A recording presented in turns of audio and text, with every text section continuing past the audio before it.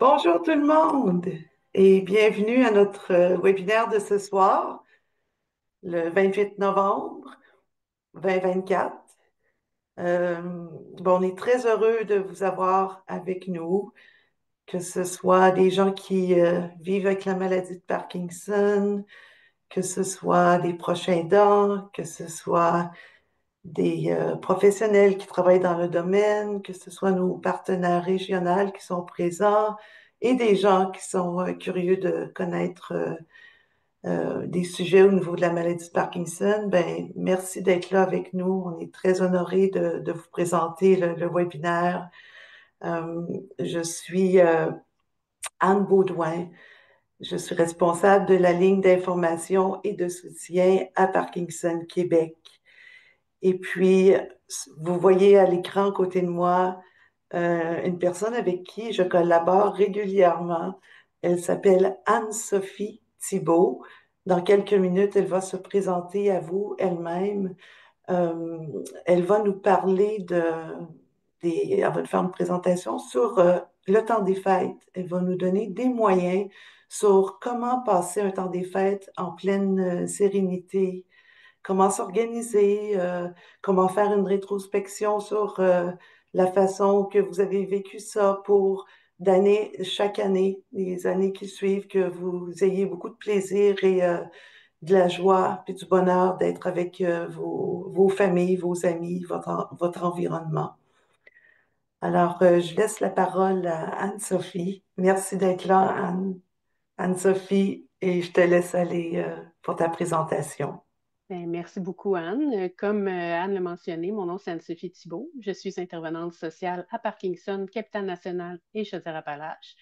Je travaille auprès là, de la communauté là, depuis plus de 3 ans, principalement là, pour le psychosocial auprès des personnes atteintes, de leurs proches, mais aussi des familles et pour donner de l'information sur la maladie à la population en général.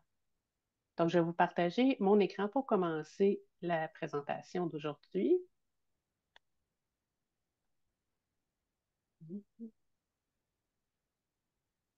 Et voilà.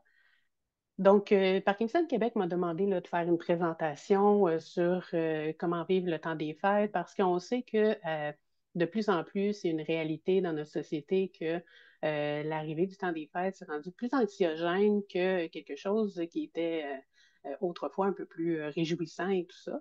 C'est quelque chose qui est d'autant plus vrai pour les personnes qui sont atteintes de la maladie de Parkinson et leurs proches aussi là, à ce niveau-là. C'est sûr que la présentation va être plus spécifique au temps des fêtes, c'est sûr, vu que ça s'en vient. Par contre, ça peut être, il y a beaucoup de trucs et astuces qui peuvent être applicables à n'importe quoi qui peut sortir un peu du quotidien. Par exemple, si on décide de faire un voyage, si on fait une activité qui sort un peu de l'ordinaire, ça peut être des trucs là, qu'on peut mettre en place pour nous aider là, dans ces contextes-là également.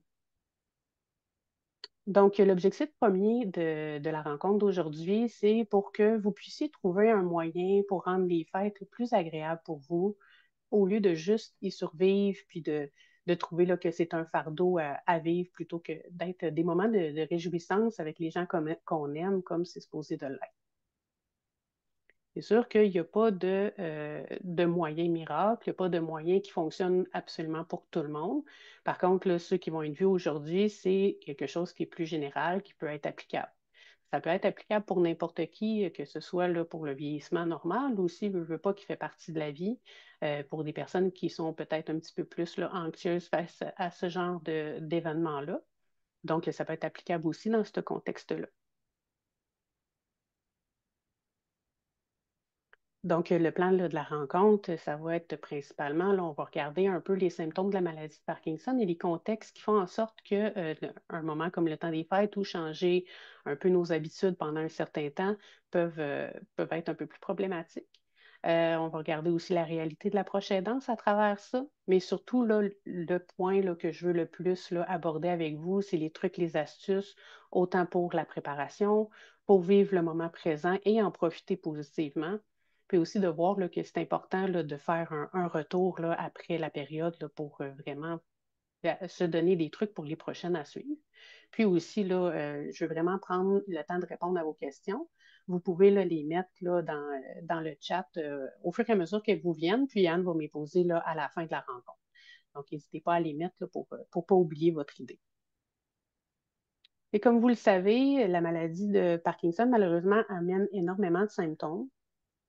Dépendamment de chaque personne, certains symptômes vont être plus présents, des fois, certains symptômes, les gens ne les ressentiront pas.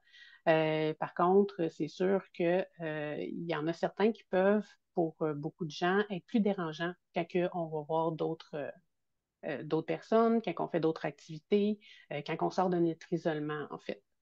Euh, Ici, j'ai ressorti certains éléments que beaucoup de gens vont mentionner comme étant des irritants quand ils rencontrent d'autres gens, quand ils ont des activités hors de leur milieu là, connu. euh, c'est ça, c'est plus difficile pour eux autres. C'est sûr que je ne ferai pas un inventaire de tous les symptômes parce que ça prendrait vraiment beaucoup de temps.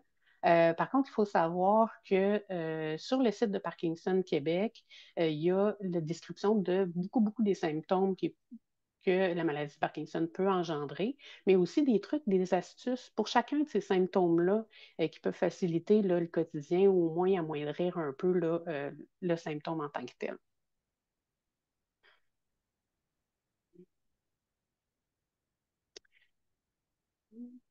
Donc, quand que je rencontre des gens, autant les personnes qui sont atteintes que les proches aidants, j'ai des craintes qui reviennent un peu plus là, fréquemment dans ce qu'ils me mentionnent. Il y a le freezing, qui est en fait là, l'arrêt instantané à la marche, qui est quelque chose qui peut être dérangeant autant pour la personne atteinte que le proche aidant parce qu'on se sent un peu plus stressé à ce moment-là. Puis souvent, on sait que le stress fait en sorte que ça empire cette situation-là. Donc, c'est quelque chose qui peut être difficile. Quand on est dans notre environnement connu, c'est quelque chose qu'on peut relativement bien contrôler, mais quand on va dans des endroits qui sont moins bien connus, c'est un peu plus difficile. Les difficultés à la marche qui sont plus ou moins importantes dépendamment de la gravité là, des atteintes. Il y a la dyskinésie aussi qui peut être gênante pour certaines personnes. La dyskinésie étant des mouvements involontaires, souvent par une trop grande quantité de dopamine au niveau du cerveau.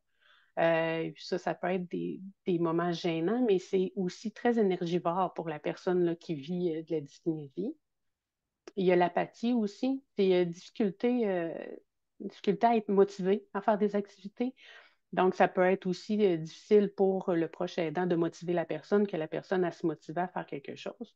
Par exemple, avec l'apathie, ce qui arrive, c'est que oui, c'est difficile de se motiver à le faire, mais une fois qu'on a commencé à le faire, on est souvent très content là, de faire l'activité. Il y a aussi la fatigue qui vient avec la maladie, veut pas, que ça peut être dérangeant parce qu'on ne suit pas le même rythme des autres personnes. Suivre les conversations. La maladie de Parkinson vient avec un trouble d'attention. Donc, ça fait en sorte que de suivre une conversation, ça peut être très compliqué. Puis les gens qui m'en parlent des fois, qui sont atteints de la maladie, ce qu'ils font, c'est que le temps qu'ils réfléchissent à ce qu'ils ont envie de dire, les gens sont rendus à un autre sujet. Donc, au lieu de dire ce qu'ils ont envie de dire, ils vont se taire et se retirer et juste rester observateurs de la conversation. Donc, ça peut être quelque chose là, qui est compliqué. La lenteur, la difficulté de faire toutes les activités, d'avoir l'impression de ralentir le groupe, des choses comme ça peut être aussi quelque chose qui est compliqué.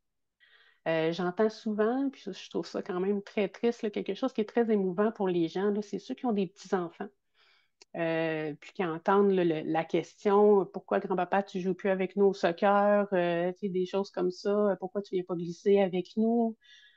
Puis aussi, quand les petits-enfants sont vraiment très petits, certaines personnes n'oseront pas les prendre dans leurs bras par peur des échapper ou de leur faire du mal. Donc, ils pourront pas, ils s'empêchent de profiter de ces moments-là là, avec leurs petits-enfants.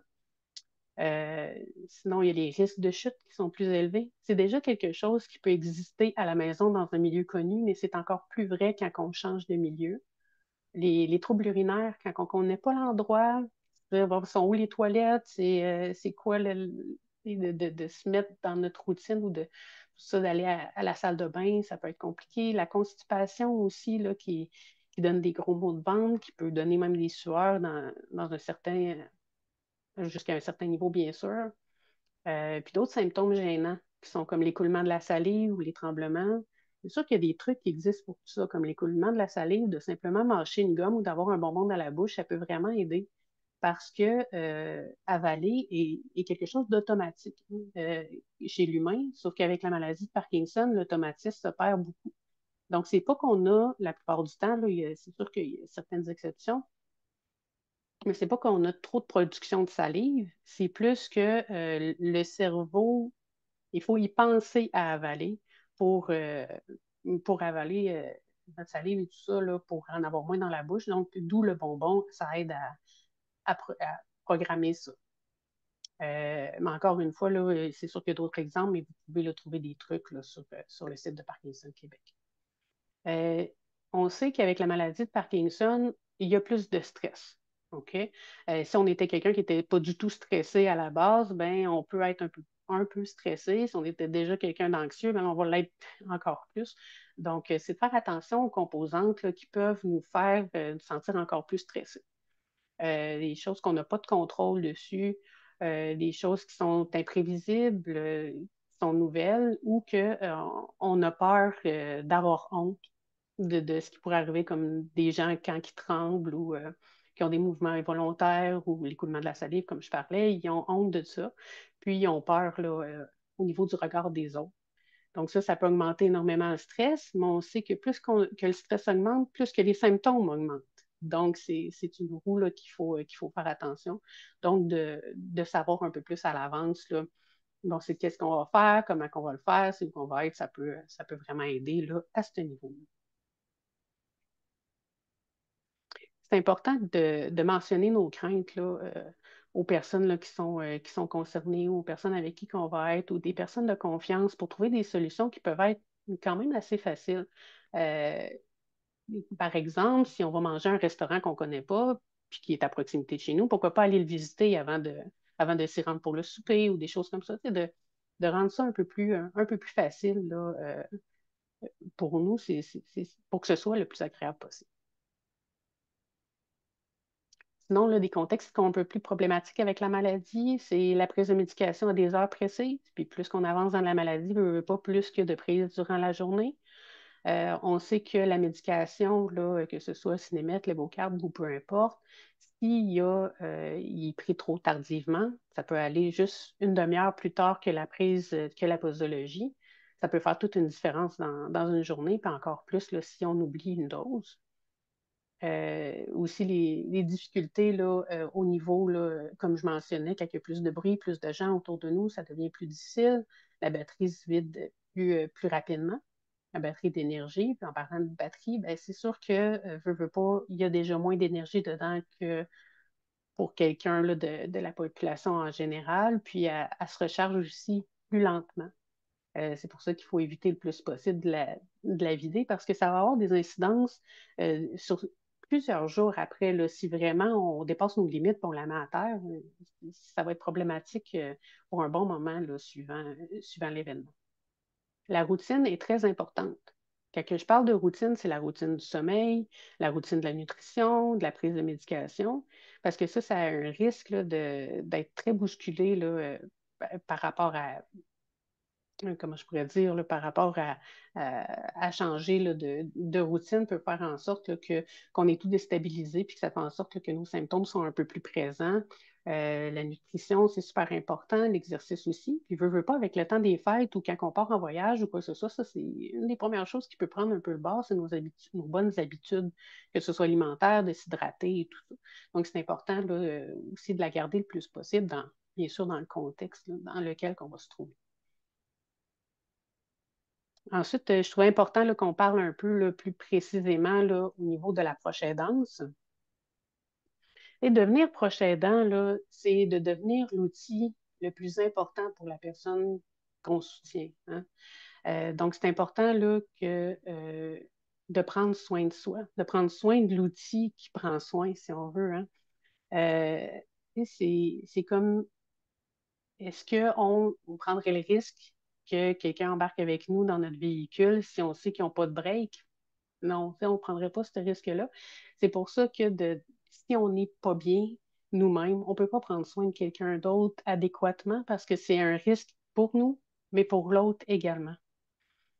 Euh, on doit vraiment faire attention là, à comment on se sent et être en bonne condition pour prendre soin de quelqu'un d'autre, donc de mettre les choses en place là, pour prendre soin de l'autre personne.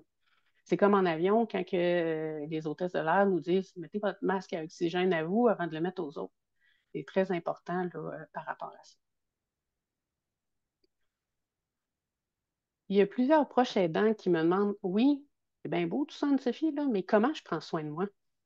En fait, c'est facile à dire, mais un peu plus facile à mettre en place, là, on va se le dire, c'est simplement de répondre à nos besoins de base. Nos besoins de base étant de bien dormir, de bien manger, un besoin de sécurité, mais aussi un besoin de socialiser, de loisirs, puis de s'accomplir. Hein? Fait que c'est de trouver des trucs pour répondre à ces besoins-là qui vont nous aider à prendre soin de nous. Parfois, les gens vont dire, mais j'ai pas le temps de prendre du temps pour moi, mais ça peut être 5 minutes, 10 minutes par jour, où on se retire dans une pièce toute seule pour vraiment se recentrer sur soi. Ça, c'est vraiment important. Puis, il y en a plusieurs, des prochains aidants encore, qui me disent, oui, mais j'ai pas le temps de prendre soin de moi, j'ai pas le temps, il faut que je m'occupe tout le temps, j'ai tout le temps quelque chose à faire et tout ça. Mais je vous dirais là, que c'est pas quelque chose qui est une possibilité, hein. C'est quelque chose qui est primordial à faire. C'est même pas une alternative, c'est même pas une option. Vous devez prendre soin de vous pour prendre soin de l'autre. Ça va avec. Puis si nos besoins ne sont pas comblés adéquatement, ben c'est de communiquer avec l'autre ou de communiquer avec quelqu'un de confiance pour trouver des solutions. Des fois, quand on s'assoit ensemble, puis on en discute, on trouve des solutions que finalement, ça convient aux deux parties, puis que ça va vraiment mieux après. Bon, c'est pas des solutions là, miraculeuses comme je m'en vais 3 mois dans le sud, c'est pas ça. Des fois, c'est juste des petites choses qui peuvent vraiment être utiles. Donc, on sait que pour les proches aidants, c'est sûr, à de plus ou moins grand niveau, dépendamment de la situation, bien sûr. La charge mentale est plus élevée. Plus que la personne qui est atteinte avance dans la maladie, veut pas, moins qu'elle est capable de faire certaines tâches. Donc, le proche aidant est souvent euh, pris pour faire ces tâches-là. Le rythme qui est souvent plus rapide de la personne proche aidante que de l'aider peut être frustrant pour les deux parties, en fait. Parce que la proche aidante va trouver que l'aider va pas assez vite. Ah ouais, va donc plus vite. Puis l'aider va trouver. Hey, là, c'est parce qu'elle n'arrête pas de me pousser ou il n'arrête pas de me pousser pour que j'aille plus rapidement. Donc, ça crée des frustrations. Là. L'important, c'est de trouver un équilibre qui va faire en sorte qu'on ne dépassera pas nos limites, mais qu'en même temps, là, ça va convenir à tout le monde. Les proches aidants aussi, souvent, le désir d'en faire le plus possible, de façon extrêmement bienveillante, là. Mais souvent, ce que ça va faire, c'est que ça va diminuer l'autonomie de la personne qui est atteinte de la maladie. Donc, c'est important de laisser le plus d'autonomie possible à la personne atteinte. Je connais beaucoup de proches aidants qui ont l'inaptitude ou une très grande difficulté à mettre leurs limites. D'un, parce qu'ils ne connaissent pas souvent. Et puis de deux, parce qu'ils se disent, ben moi, je suis pas malade. C'est lui, c'est elle qui est malade. Fait que c'est à moi de prendre ça sur mes épaules. Mais c'est pas tout à fait ça, là. Donc, c'est important de reconnaître ses limites, puis ensuite d'émettre ses limites. Il y a la fatigue accumulée aussi, parce que justement, on dépasse ces limites-là. Quand on ne les connaît pas, c'est sûr qu'on les dépasse. Le manque d'écoute de ses propres besoins, un peu comme je disais, ben, c'est pas moi qui est malade, donc je dois en faire plus. Ouais, mais il ne faut pas dépasser nos propres limites non plus, là, jusqu'à un certain niveau. Il faut faire attention à notre corps aussi. Souvent, j'ai des proches aidantes qui ont mal partout, mais ils n'écoutent pas ça parce qu'il faut qu'ils fassent d'autres choses. Ouais, mais soignez ça, puis on va voir pour le reste ensuite. Le sentiment de devoir être tout le temps disponible. Et comment j'en vois, je fais des rencontres à domicile des fois. Puis la personne atteinte qui dit je peux avoir un verre d'eau, la prochaine aidante arrête tout ce qu'elle fait, puis elle apporte un verre d'eau à la personne là, qui est aidée. Mais des choses comme ça peuvent attendre. Tant que la sécurité de la personne n'est pas compromise, vous pouvez là, faire attendre, puis OK, je finis ce que j'ai à faire, puis je m'en viens après, des choses comme ça, c'est important. Parce que c'est sûr que si on s'en demande trop, on n'arrivera pas à combler ce qu'on se demande à nous-mêmes. Donc, on risque d'avoir un sentiment là, de culpabilité assez important de ne pas remplir tout ça. Mais le sentiment de culpabilité amène un cercle vicieux.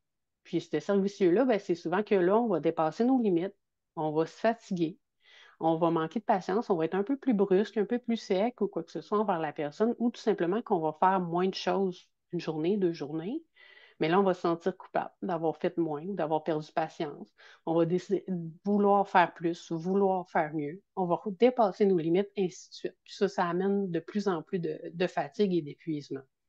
Mais c'est aussi vrai, ce cercle de culpabilité-là, pour les personnes atteintes. Parce que les personnes atteintes vont vouloir en faire plus que ce qu'ils sont capables de faire pour aider le plus possible, pour être le moins possible un fardeau pour l'autre. Donc, ils vont dépasser leurs limites et ils vont se fatiguer et ils vont faire moins pendant quelques jours. Puis ça va avoir amener un sentiment de culpabilité, désir de faire mieux, de faire plus, etc. Donc, c'est important de s'asseoir ensemble, de dire, bon, c'est quoi nos limites, puis comment qu'on peut faire là, pour trouver un certain équilibre à travers tout ça. Ensuite, le plus important, c'est les trucs et astuces là, au niveau euh, du changement là, du quotidien, si on veut. Donc, ce qui est important, c'est de planifier là, aussi rapidement que possible et petit à petit. Si vous n'avez pas commencé à planifier vos fêtes, là, vous êtes un petit peu en retard, commencez dès demain. Puis souvent, c'est de commencer par faire une liste avec c'est quoi qu'on a à faire, puis que ce soit clair, que ce soit simple, que ce soit en ordre de priorité, puis aussi de se laisser un délai pour le faire. Bon, d'ici telle date, il faudrait que j'aille fini ça. Mais de se laisser un bon délai. Si vous me dites, moi, je n'ai pas commencé mes décorations de Noël encore, mais il faut qu'il soit fini demain après-midi, je voudrais rester un peu trop serré. On le sait avec la maladie de Parkinson, il y a des moments de la journée, puis même des journées complètes où que c'est beaucoup plus difficile de faire certaines choses. Donc, tu sais, justement, le sentiment de culpabilité de ne pas avoir fait ce qu'on s'était donné. Donc, donnez-vous un bon délai là, pour faire les choses. Ensuite, c'est de se fixer des attentes réalistes. Si on n'est pas capable de le faire ou si c'est rendu un peu compliqué, ben, c'est peut-être des choses à mettre soit de côté ou à déléguer parce que, encore une fois, on va embarquer dans la culpabilité ou l'estime de soi va en prendre un coup. Hein. Fait que ça, c'est très important aussi. Euh, Sinon, de réajuster nos attentes aussi. Hein. Plus que la maladie avance, aussi plus qu'on vieillit, veut pas plus qu'il faut réajuster nos attentes envers nous autres, puis de vraiment se dire, bon, c'est à quoi qu'on tient vraiment, puis c'est quoi les choses qu'on peut mettre un peu de côté. Hein? C'est quoi les choses là, qu'on peut soit déléguer ou ne pas faire du tout. Comme par exemple, si je vois un monsieur qui est atteint de la maladie qui me dit, moi, je mets mon Père Noël là, sur le toit toutes les années. L'équilibre, on le sait, avec la maladie est difficile. Hein? Fait que peut-être que je vais dire, bon, ben, demandez à votre fils ou faites-le pas cette année ou mettez-le sur votre terrain parce que c'est peut-être pas quelque chose là, qui est envisageable. De programmer les rencontres aussi en fonction du moment où on se sent mieux dans la journée. C'est pas le cas pour tout le monde, mais beaucoup me disent, des personnes qui sont atteintes de la maladie, qu'à partir de 4 heures le soir, là, ça devient difficile. Bien, pourquoi pas faire des brunchs ou des choses comme ça, de faire ça à un autre moment de la journée. C'est sûr que pour certaines personnes, le 24 au soir, c'est important et tout ça, c'est correct. On la garde comme tradition. Mais s'il y a plusieurs rencontres, pourquoi pas que les autres, ce soit à d'autres moments de la journée. Si vous êtes un membre de la famille de quelqu'un qui est atteint de la maladie, ben c'est de faire plusieurs propositions pour voir c'est quoi qui convient mieux. Est-ce que tu préférerais un souper, un dîner? Quel jour tu préférerais en tel ou tel jour? Des choses comme ça, là, ça peut être aidant et réconfortant aussi pour la personne. Comme je disais tout à l'heure, la routine est très importante aussi dans la maladie de Parkinson, donc c'est la modifier le moins possible. C'est correct là, que vous mangez beaucoup plus que d'habitude, que vous buvez un peu plus que d'habitude, que vous couchez un peu plus tard que d'habitude. Ça fait partie du plaisir des fêtes. C'est correct. Mais c'est d'essayer de la modifier le moins possible. Donc, certaines journées, oui, ça va être complètement le bordel, si on veut, mais d'autres journées, ben, on se replace puis on essaie de garder la routine le plus possible. C'est de s'assurer qu'on a ce dont on a besoin le plus possible. Si c'est pas le temps, là, le 25 au matin, de dire, oh, là, il me manque de la médication. Bonne chance. Ou même là, que ça peut être aussi niaiseux qu'une pinte de lait. Là. Ça peut nous amener du stress qu'il nous manque quelque chose. Donc, de s'assurer vraiment, d'où la liste, qu'on a tout ce qu'on a besoin. Vous savez, vous pouvez demander à votre pharmacien d'avoir 2, 3 doses de médication supplémentaire. De tout le temps l'apporter avec vous. Donc, si vous oubliez votre médication chez vous ou quoi que ce soit, puis que vous êtes ailleurs, bien, vous pouvez prendre cette dose supplémentaire-là là, pour éviter de sauter une dose. Donc, c'est important là, de planifier ces choses-là. Ensuite, comme c'est mentionné, c'est autant que possible. OK? C'est souligné là, parce que je sais que dépendamment de la réalité, on peut plus ou moins le mettre en place, mais c'est important là, d'essayer de le faire le plus possible. Comme je disais, quand il y a beaucoup de monde avec la maladie de Parkinson, c'est plus difficile. Donc, est-ce que c'est possible de faire des rencontres avec un nombre restreint de personnes? De le faire le plus possible. C'est sûr que si on a l'habitude le 25 de rencontrer la famille Tremblay à 300 personnes, puis que c'est important pour nous, ben pourquoi pas aller à l'apéro, au dessert ou quelque chose, mais peut-être pas rester tout le long pour vider notre batterie, puis qu'après ça, on ne soit plus capable de rien faire pendant plusieurs jours. Donc, c'est de voir là, c'est comment qu'on peut jouer un peu avec ça là, pour essayer de nous aider le plus possible. Si on va ailleurs, par exemple chez une fille, chez un frère ou quoi que ce soit, de prévoir un endroit calme où on pourrait s'isoler. Ça peut aider aussi. Hein. Le bruit, les gens et tout ça, ça fatigue beaucoup. Mais de savoir qu'il y a un endroit où ce que je peux aller pour juste me retirer et être dans ma bulle, ben, ça peut vraiment aider. Puis aussi prolonger la soirée. Hein. On ne peut pas partir nécessairement à 19 heures parce qu'on est fatigué. Ben, de s'isoler, ça peut aider à étirer un peu ça. Puis ça peut être aussi là, plus plaisant pour le prochain aidant qui voudrait rester plus longtemps. Aussi de peut-être demander à quelqu'un, si la personne, bien sûr, est assez autonome, d'aller reconduire, si c'est possible, si on habite à proximité, la personne atteinte pour que la prochaine dent ou le prochain dent puisse rester un peu plus longtemps à la fête. Ça peut être une solution aussi. Si vous êtes un membre de la famille, ben, c'est de le proposer d'emblée. C'est-à-dire, écoute papa, écoute maman, ou peu importe. J'ai cet endroit-là que vous avez déjà planifié pour lui ou pour elle, où ce qu'il pourrait se retirer là, pendant la soirée pour qu'il puisse se reposer un petit peu. De partager les tâches, c'est important euh, pour l'autonomie, comme je mentionnais tout à l'heure. Donc, en faisant une liste, de voir, bon, c'est quoi que moi je peux faire, c'est quoi que tu peux faire et tout ça, puis de sentir qu'on a contribué là aussi. Euh, qu'on a contribué à la situation, puis aussi que pour les prochains aidants, de ne pas avoir l'impression d'avoir tout fait, ça peut être bien, mais souvent, ce qui arrive, c'est que les prochains aidants vont tous se mettre sur les épaules. Après ça, ils vont dire, oui, mais il ne m'a même pas aidé. Mais est-ce qu'on a fait la demande de, des choses qu'on aurait aimé avoir de l'aide? C'est important aussi. D'être réaliste, de ne pas trop en faire, de connaître nos limites encore une fois, pour ne pas les dépasser, mais d'en faire aussi là, pour être quand même satisfait là, d'avoir fait quelque chose. Éviter de dépasser nos limites, encore une fois, de prendre des moments pour se reposer. Hein, de ne pas faire quelque chose à tous les jours pendant les 2 semaines de la période des fêtes ou pendant un voyage ou quelque chose comme ça. Puis même durant une journée, qu'il y ait une heure, 2 heures, qu'il n'y a rien de prévu à l'horaire pour pouvoir se reposer. Là, quand je dis se reposer, ce n'est pas nécessairement de dormir, mais prendre un temps pour soi, se recentrer sur soi, puis se calmer un peu, puis faire quelque chose qui nous détend. Apprendre à reconnaître les signes de stress. Là, j'en ai mentionné quelques-uns, là, comme l'insomnie, les problèmes de concentration qui sont plus présents, l'impatience, être un peu plus irritable, être un peu plus triste, des choses comme ça. Certaines personnes vont me dire, oui, mais j'ai déjà tous ces problèmes-là. L'important, c'est de faire un comparatif avec habituellement. Il me semble que je suis plus fatiguée que d'habitude. Il me semble que j'ai plus de difficultés de concentration que d'habitude. Dans ce temps-là, si on constate ça, ben, c'est de prendre un peu de recul et OK, là, je vis quelque chose, c'est quoi exactement? Je me sens plus stressée. Pour quelle raison? Puis d'essayer de trouver là, des solutions pour diminuer ce niveau de stress-là. Là, je l'ai mis en gras, je l'ai souligné, demander de l'aide et déléguer.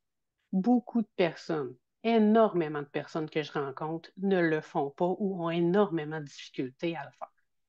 Par contre, il faut que vous sachiez que c'est extrêmement rassurant et valorisant pour la personne à qui vous allez demander de l'aide. C'est une preuve de confiance. Il y a des membres de la famille, puis plusieurs, ok, que leur façon de réagir, ça va être de se retirer. Parce qu'ils ont peur que la personne atteinte ou la prochaine aidante se sente maternée. Ils ont peur d'en faire trop, ils ont peur d'être envahissants, donc ils vont se retirer. Mais par contre, de se faire demander, j'aurais besoin que tu m'aides à faire ça ou des choses comme ça, c'est hyper, OK, sincèrement, là, ça rassure, puis on se sent utile, puis justement, ça vous aide autant vous à enlever quelque chose de vos épaules que la personne à savoir qu'est-ce qu'elle peut faire pour vous aider de façon claire. Donc, n'hésitez pas à demander de l'aide. Ça, je ferais une petite parenthèse là, par rapport au voyage. Euh, c'est sûr que c'est important d'élaborer un plan là, qui est assez clair. Bon, il faut arriver à peu près à telle heure à la gare, peu importe. Telle journée, on va faire telle chose, des choses comme ça. OK. Il y a un petit café là si jamais on veut se reposer ou des trucs comme ça.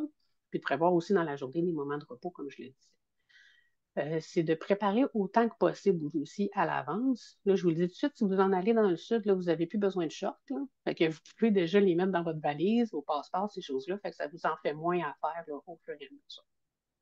Il faut savoir aussi que la plupart des compagnies de transport offrent beaucoup de services pour les personnes là, qui sont soit à mobilité réduite ou qui ont certaines difficultés. Là, j'ai mis une photo d'Orient Express puis de Via Rail, pas pour leur faire de la publicité, là, mais c'est parce que c'est deux compagnies qui offrent le laissez-passer gratuit pour les accompagnateurs. Donc, c'est des documents qui sont assez faciles à remplir. Là. J'étais allée les voir là, sur leur site Internet pour ceux qui sont à l'aise. Sinon, c'est des appeler directement puis ils vont vous aiguiller là-dedans. Et c'est vraiment juste là, vos coordonnées, des choses comme ça. Puis un professionnel de la santé doit faire une signature puis un crochet, c'est tout. Mais c'est en fait les professionnels de la santé, l'ergothérapeute, le travailleur social, le médecin de famille, peu importe. Quelqu'un qui fait partie là, de- du système là, de la santé publique.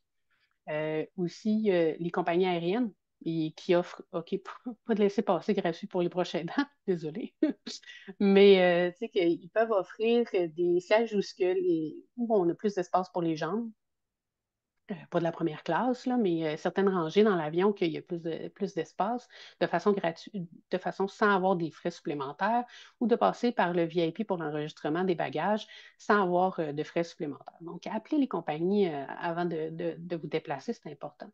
Puis là, quand que je parle de besoin d'accompagnateurs, c'est pas obligé d'être en fauteuil roulant. Là. C'est juste quelqu'un qui aurait besoin pour les bagages, quelqu'un qui, des fois, l'orientation, c'est un peu difficile, donc il a besoin d'aide pour ça, qui a juste besoin de quelqu'un avec lui. Juste ça. C'est ça, là, l'accompagnateur. Donc, n'hésitez pas à demander là, à un professionnel de vous remplir ce document-là. Puis, je vous dirais de le traîner tout le temps avec vous quand que vous sortez parce que il y a de plus en plus de musées et d'endroits comme ça qui offrent ce genre de service-là aussi, que ce soit de la gratuité, des tarifs préférentiels ou des choses comme ça. Donc, n'hésitez surtout pas. Donnez-vous du temps dans vos déplacements pour ne pas être stressé. Puis là, surtout là, pendant les fêtes, la température est incertaine et tout, là, donc c'est important.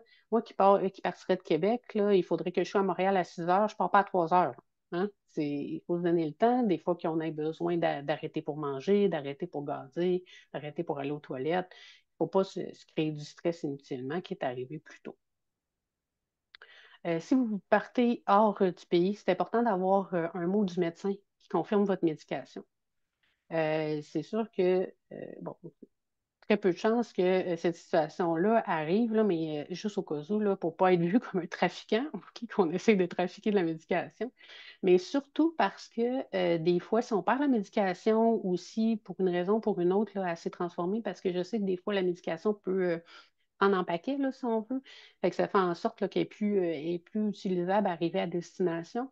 Donc, en ayant un mot du médecin, ça permet d'avoir un médicament qui peut être comparable si jamais ils n'ont pas exactement ce médicament-là dans le pays où vous allez.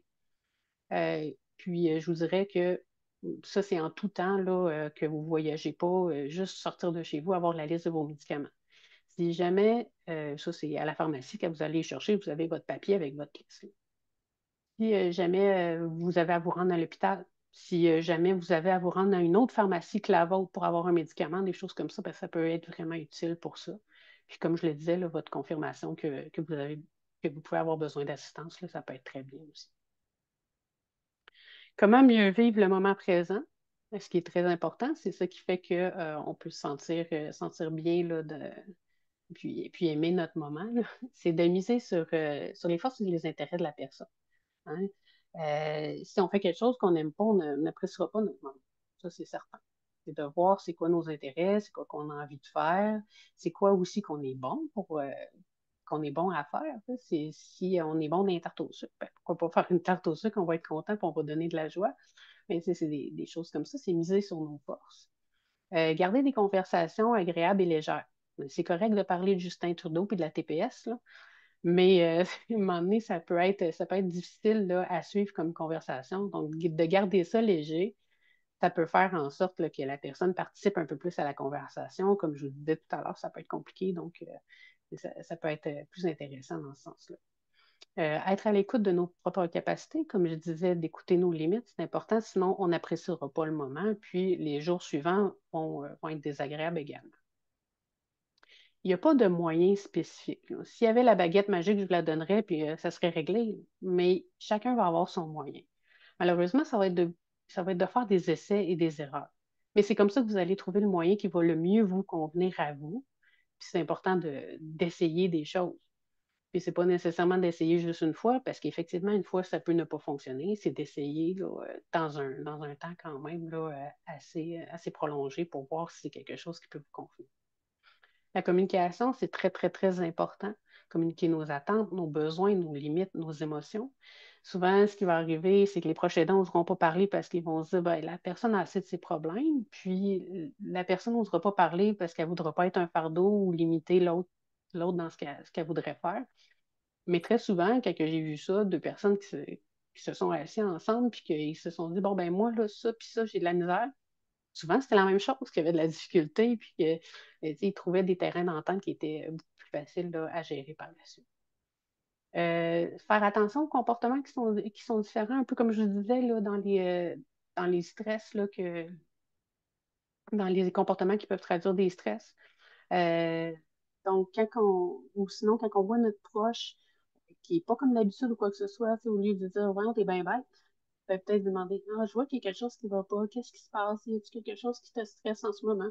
Et d'y aller plus de cette façon-là, ben, ça peut souvent aussi aider à nommer les bonnes choses et à trouver un moyen là, pour faciliter le contexte.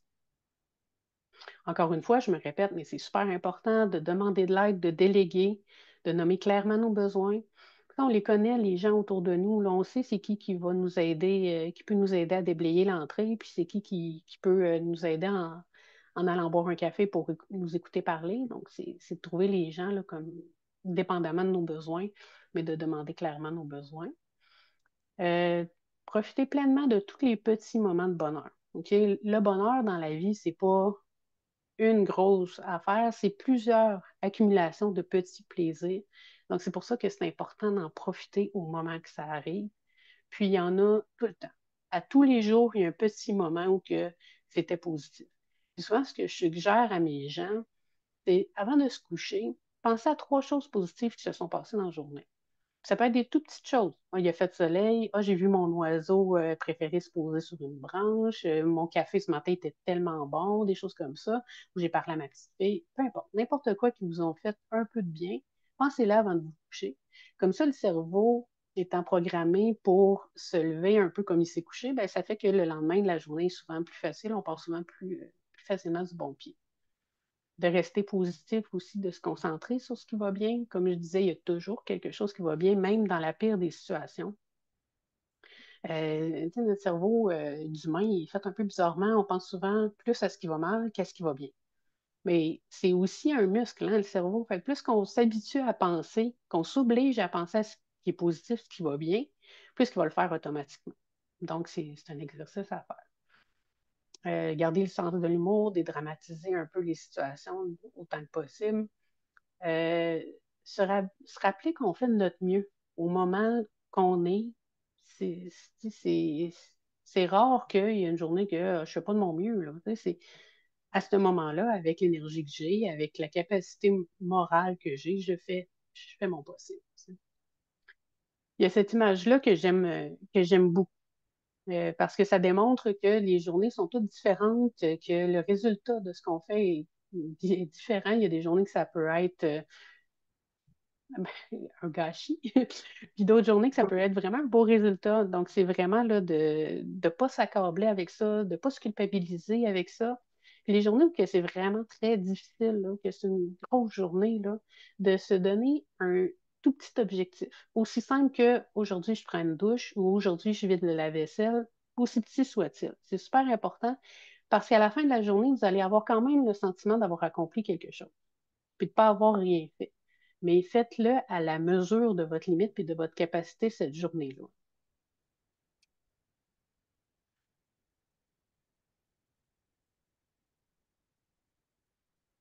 comme je vous disais, là, le après est souvent négligé, mais il est très important. Les gens, souvent, après leur voyage ou après les fêtes, vont dire, bon, enfin, c'est fini, puis on passe à un autre appel. Mais c'est très important de faire un inventaire de comment on l'a vécu pour que la prochaine fois ou la prochaine activité qui sort un peu de notre quotidien se passe bien. Donc, c'est quoi qui a été plus difficile? C'est quoi qu'on aurait pu faire pour que ça aille mieux? Qu'est-ce qu'on a bien fait aussi, puis que ça a aidé vraiment à ce que ça aille mieux pour pouvoir le reproduire dans le futur? Mais de surtout nommer ce que vous avez apprécié puis ce qui vous a fait plaisir. Ça, c'est très important parce que, comme je vous disais tout à l'heure, plus qu'on pense positif, plus que le cerveau va être habitué à penser positif.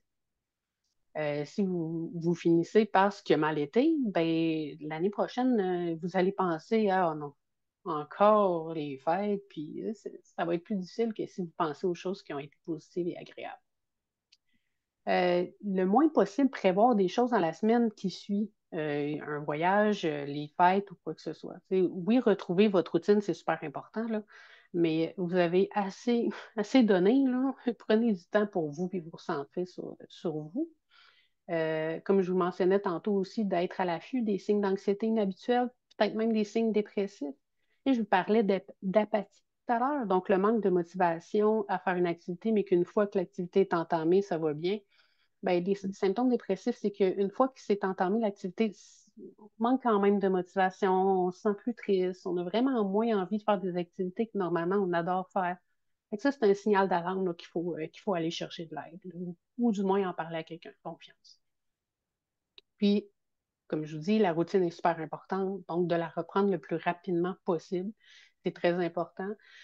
On sait là, que, puis plusieurs personnes s'entendent sur c'est ce qui est le plus aidant là, au niveau des symptômes de la maladie de Parkinson, puis aussi de diminuer la rapidité d'évolution, c'est d'avoir une bonne alimentation, une bonne hygiène de sommeil, d'avoir aussi, là, de sortir de son isolement, surtout de faire de l'exercice physique. Donc, c'est de remettre ça le plus rapidement possible là, dans sa routine.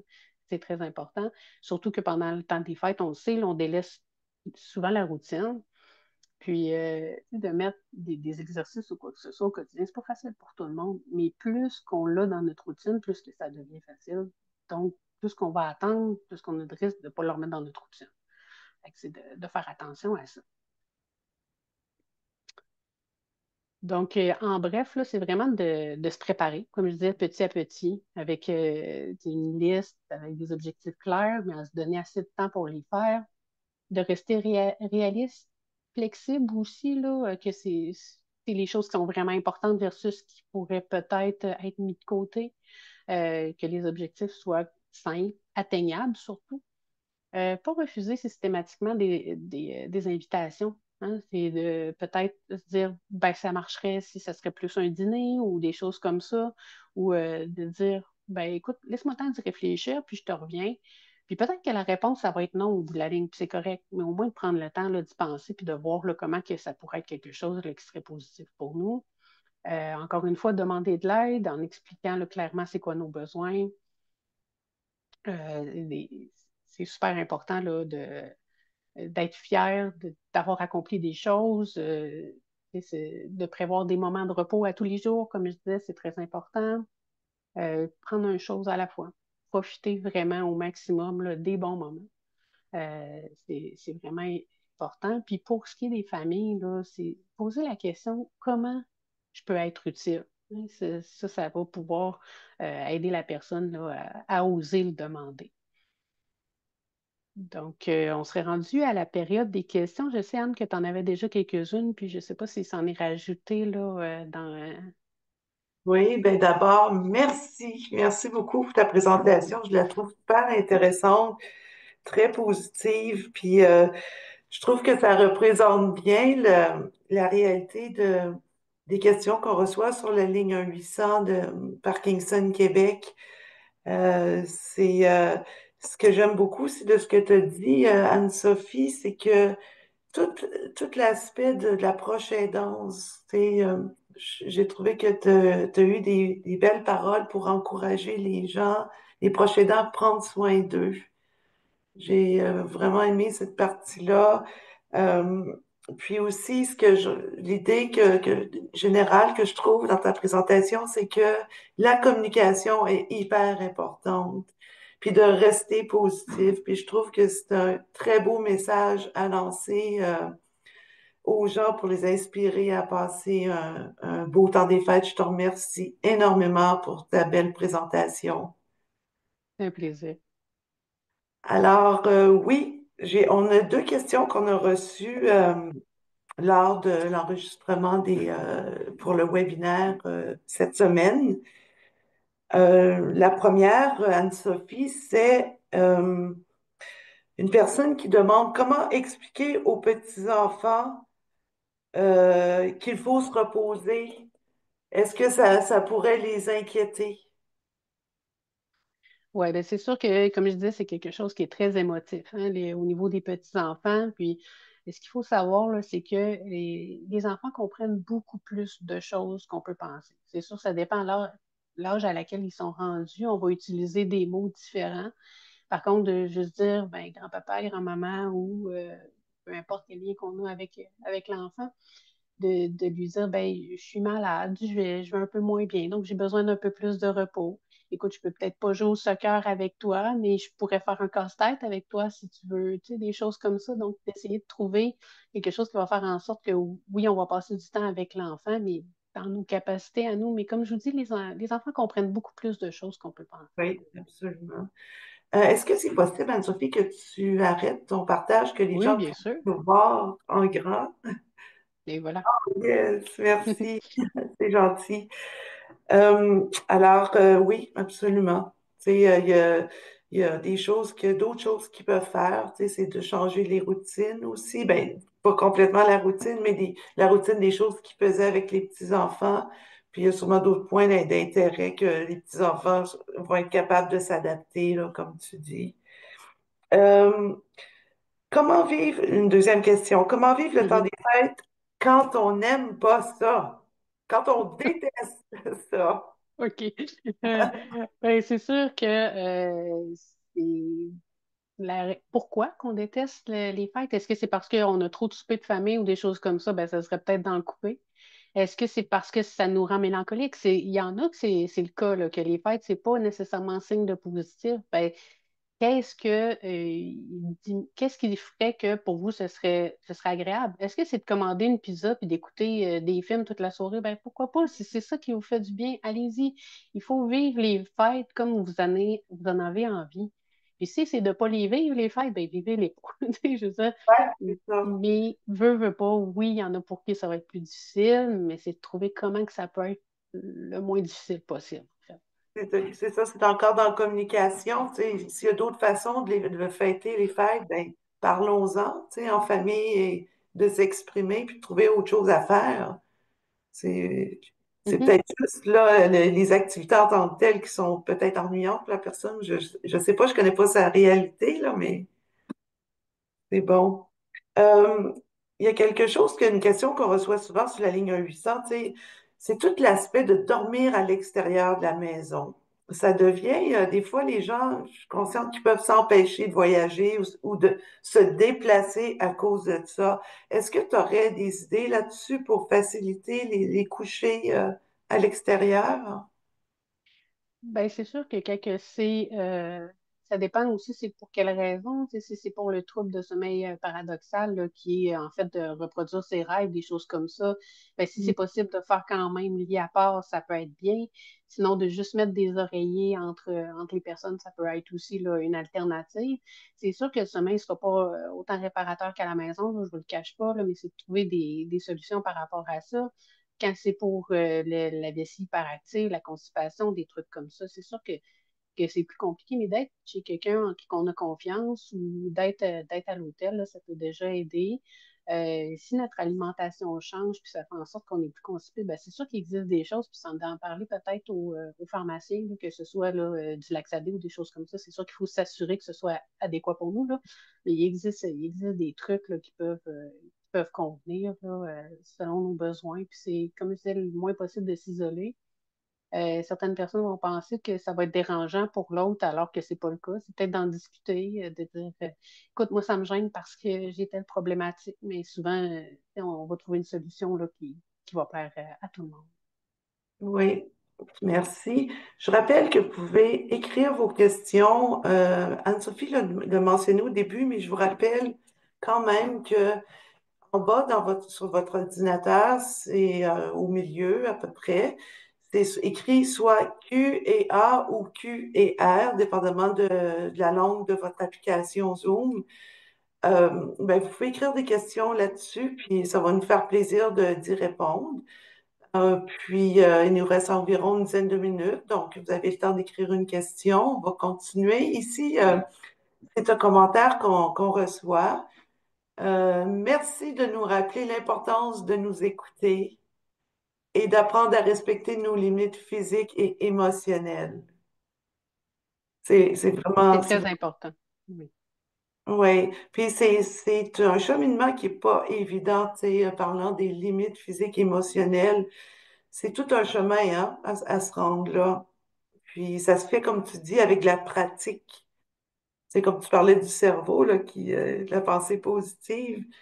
C'est, Exact. Puis dans la plupart des Parkinson régionaux aussi, là, dépendamment de la région d'où vous venez, ou sinon là, Mhm, la ligne d'info et soutien là, à Parkinson Québec, on peut vous mhm, aider là, là-dedans aussi là, à les identifier, les limites. Des fois, on a besoin de se retirer un petit peu de notre situation pour voir c'est quoi qui est lourd, c'est quoi qui nous pèse.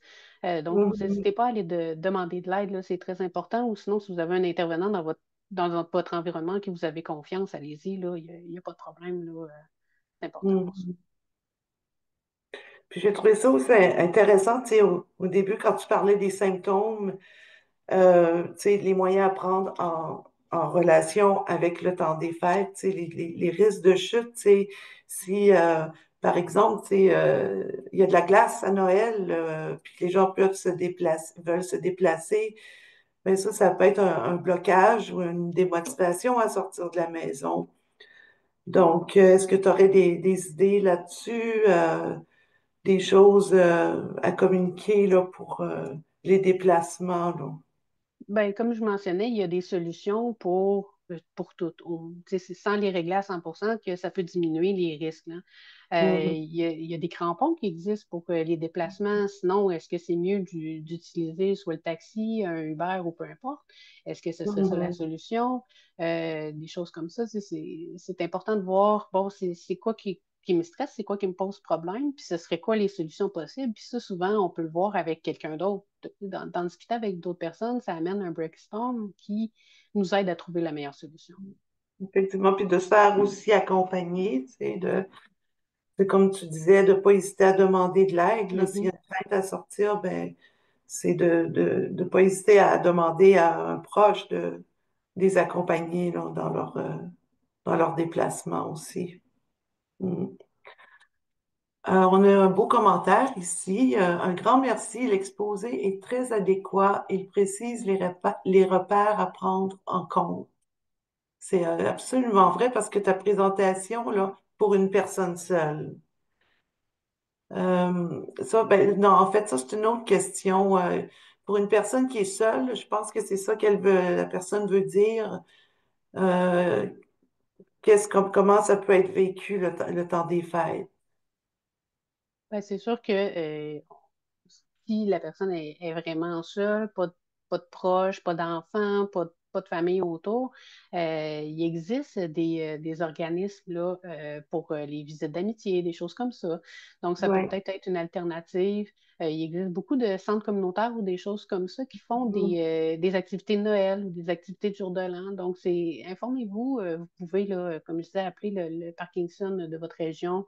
Ou sinon, là, il y a le 211 aussi, ou encore le 811 option 2 là, qui est l'info sociale, qui peut aider. Puis aussi, l'info sociale peut, si nos bureaux sont fermés parce qu'on n'est pas du 24/7, là, de ne pas hésiter à les contacter. Beaucoup me disent quand je leur suggère, ouais, mais l'info sociale, on va attendre 3 heures. Souvent, quand on appelle en dehors des heures de bureau, c'est beaucoup plus accessible. Les gens ont tendance à appeler entre 8 et 4, mais c'est le temps où ils vont être achalandés, puis oui, c'est vrai que ça va être long.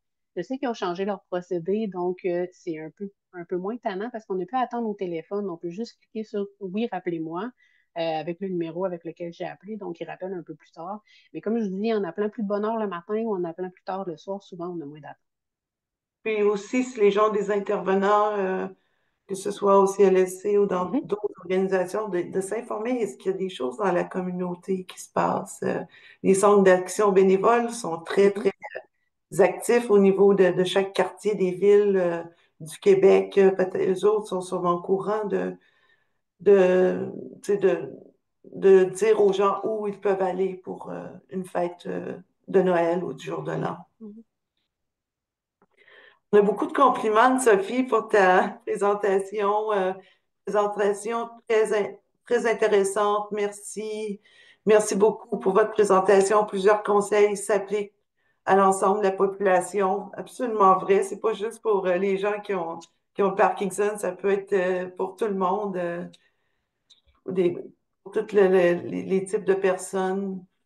Alors, là, ben, c'est beaucoup de remerciements. Merci pour tes conseils. Je suis très heureuse. Ma fille m'a proposé de venir me chercher la veille au lieu de la même journée que tout le monde arrive. C'est une excellente idée. Mhm. Afin que je puisse faire une sieste avant que toute la famille arrive. Excellent. Vraiment, c'est une bonne idée que votre fille a eue. Ça m'a pris du temps avant de me demander de l'aide et de surtout de l'accepter. Il faut mettre un peu notre orgueil de côté et nos proches seront là. Il s'agit juste de se rappeler qu'on était là pour eux aussi. Ça, c'est Oui. un autre commentaire qu'on a reçu.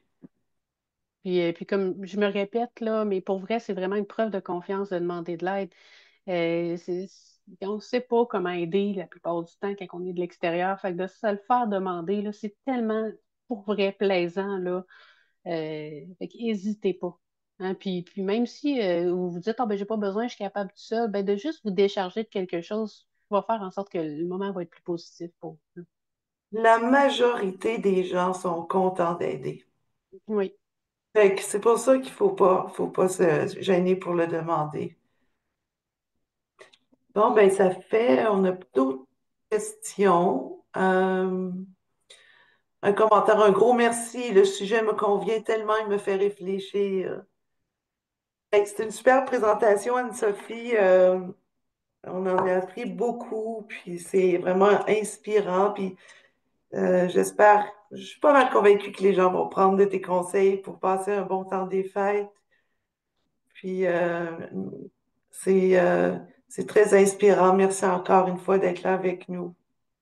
Oui, puis je pense aussi là, que Parkinson Québec va envoyer un courriel là, avec un résumé là, au niveau des trucs et des astuces là, que vous avez pu voir là, dans la rencontre.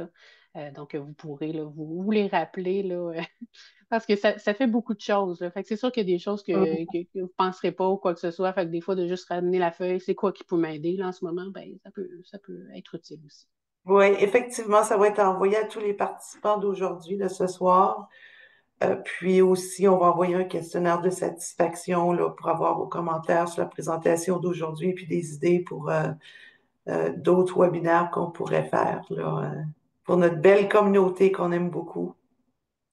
Alors, on approche à la fin. Je remercie beaucoup le public, les gens de passer du temps avec nous ce soir. Je remercie aussi notre aide technicienne Hans qui a fait l'assistance technique. Merci beaucoup, Hans. Ça a super bien été. Une chance que tu es là, merci. Ensuite, Diane qui nous aide à l'assistance pour l'inscription puis le fonctionnement des activités en ligne. Et Oriane qui est, comme d'habitude, bien présente dans l'organisation, qui est probablement là à suivre le webinaire de ce soir pour s'assurer que tout va bien. Alors, merci d'être là, Oriane, pour nous.